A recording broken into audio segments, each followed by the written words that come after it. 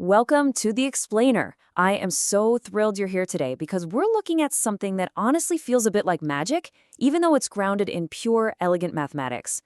We're talking about the absolutely massive challenge of running modern large language models. You know, the brilliant, incredibly capable AI models we all rely on now. But there's a huge catch with them, right? They are enormously heavy. Deploying them takes vast amounts of memory and computational power.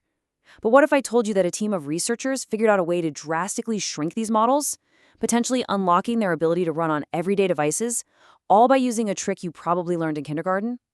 Today, we're exploring EinSort, the skeleton key to LLM compression.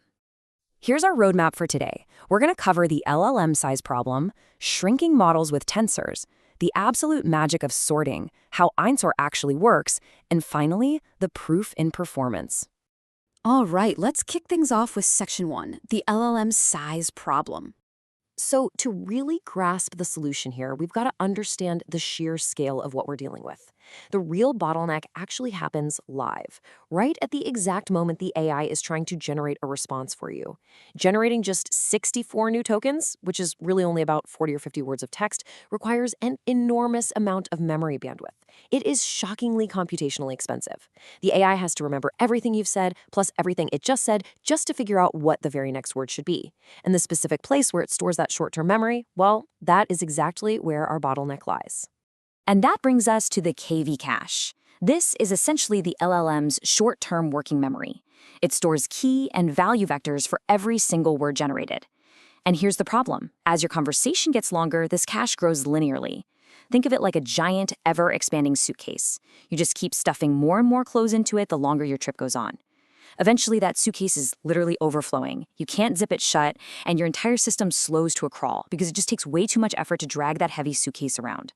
We desperately need a way to compress the contents of this suitcase to make AI run efficiently. Which leads us right into Section 2, shrinking models with tensors. Since researchers know the KV cache is this massive bottleneck, the current industry standard for compressing it is through what we call tensor networks. We're talking about methods like tensor train, CP decomposition, and Tucker decomposition.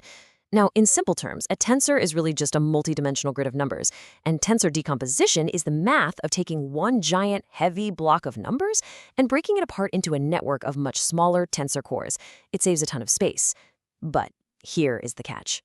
When you try to compress the random unstructured data inside a live KV cache using standard methods, like singular value decomposition or SVD, it's basically like trying to compress a randomly stuffed suitcase. You end up losing important details. The model forgets things, its accuracy drops, and frankly, it gets dumb. It misses hidden patterns simply because the data is way too messy.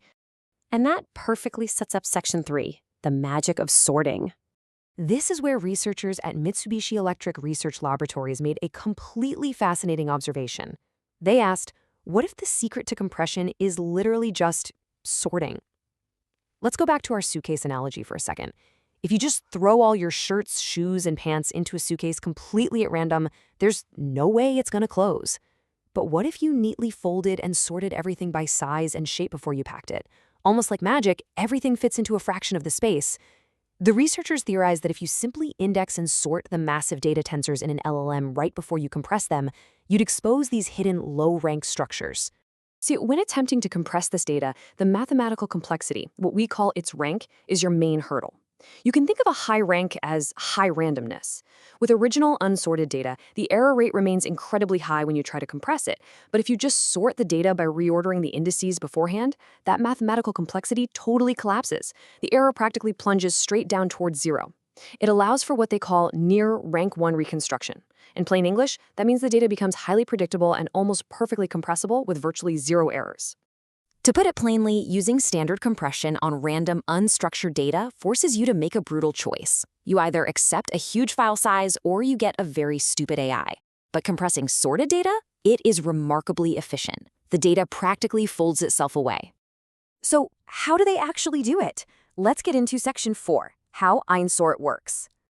To implement this sorting inside a live AI, the EinSort framework uses a really clever 4-step methodology. First, they slice the massive tensor into smaller, manageable chunks. Second, they map and reduce those values, often just using a simple product calculation to figure out how to group them together. Third, and honestly, this is the vital part, they generate a shared permutation. You have to remember, keeping track of how you sorted a billion numbers takes up a lot of memory all by itself. But by using a single shared sorting order across multiple slices of data, that memory overhead drops to almost nothing. We are talking about 1.4 bits per weight. It's incredibly light. Finally, step 4, once it's all nicely sorted, they apply the tensor decomposition to compress it down.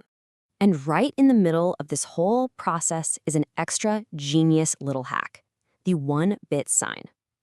To make the tensor decomposition even more mathematically accurate, EinSort converts all the data to positive numbers first. And to remember which numbers were originally negative, it just saves a tiny 1-bit tag. Literally a microscopic amount of data to store.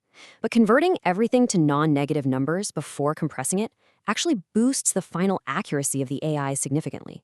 Which brings us to our final section. The proof is in performance. In the AI space, we measure how smart a language model is using a metric called perplexity. Lower is better here. It basically means the AI is confident and accurate. Now, when you apply standard SVD compression, as that compression rate goes up, the perplexity just skyrockets. The AI is essentially losing its mind. It forgets how to speak coherently. But with EinSort, that perplexity stays flat and incredibly low. It perfectly matches the original uncompressed model, even at severe compression rates where the standard methods completely fall apart. And this efficiency absolutely holds true across different tensor network topologies.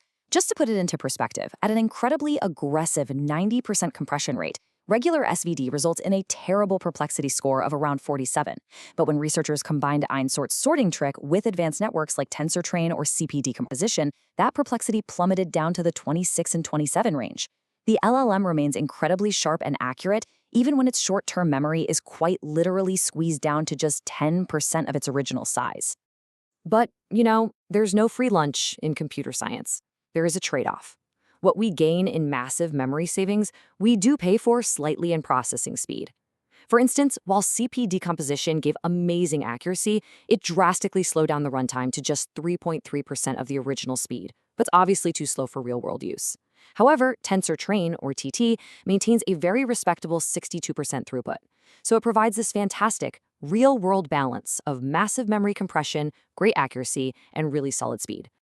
So, let's recap the key things you absolutely need to take away from this explainer. First, the KV cache is the massive memory bottleneck holding back LLM deployment today. Second, simply sorting that data first radically reduces its mathematical complexity, which allows it to be compressed tightly. Third, EinSort achieves this in the real world by grouping similar values with a low-memory shared permutation. Fourth, using a tiny 1-bit sign tag allows for non-negative compression that preserves high accuracy. And finally, putting all of that together yields highly compressed, incredibly accurate language models that fit into a mere fraction of the space. By simply organizing the data before packing it, which is essentially the ultimate mathematical cheat code, we are breaking down one of the absolute biggest barriers in artificial intelligence right now. So I want to leave you with this final thought.